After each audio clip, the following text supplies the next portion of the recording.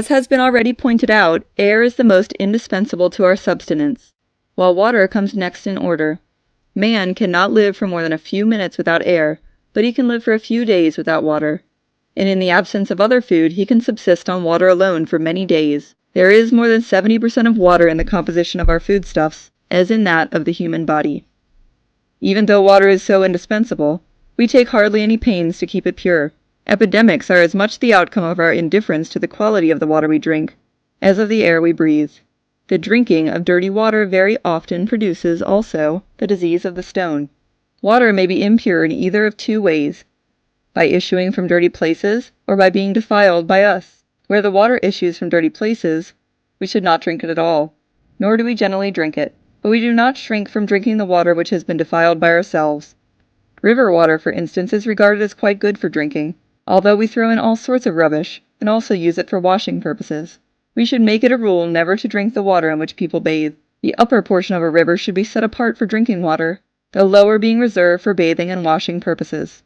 Where there is no such arrangement, it is a good practice to dig in the sand, and take drinking water therefrom. This water is very pure, since it has been filtered by passage through the sand. It is generally risky to drink well water, for unless it is well protected, the dirty water at the top would trickle down into the well, and render the water impure.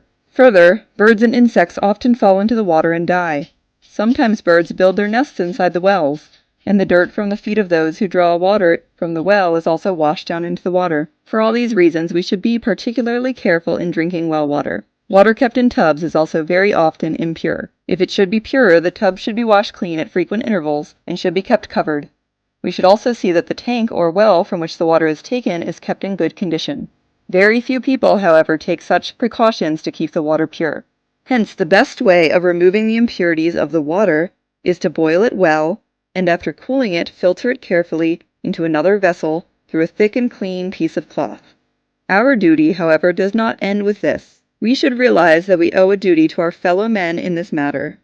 We should see to it that we do absolutely nothing to defile the water which is used for drinking by the public. We should scrupulously refrain from bathing or washing in the water which is reserved for drinking. We should never answer the calls of nature near the banks of a river, nor cremate the dead bodies there and throw the ashes after cremation into the water. In spite of all the care that we may take, we find it so difficult to keep water perfectly pure. It may have, for instance, salt dissolved in it, or bits of grass and other decaying matter. Rainwater is, of course, the purest, but before it reaches us, it generally becomes impure by the absorption of the floating matter in the atmosphere. Perfectly pure water has a most beneficial effect on the system. Hence, doctors administer distilled water to their patients. Those who are suffering from constipation are appreciably benefited by the use of distilled water. Many people do not know that water is of two kinds, soft and hard. Hard water is water in which some kind of salt has been dissolved. Hence, soap does not readily lather in it, and food cannot be easily boiled in it. The taste is brackish, while soft water tastes sweet. It is much safer to drink soft water, although some people hold that hard water is better by virtue of the presence of nutritious matter dissolved therein. Rainwater is the best kind of soft water, and is therefore the best for drinking purposes. Hard water, if boiled or kept over the fire for some half an hour, is rendered soft. Then it may be filtered and drunk. The question is often asked, when should one drink water, and how much?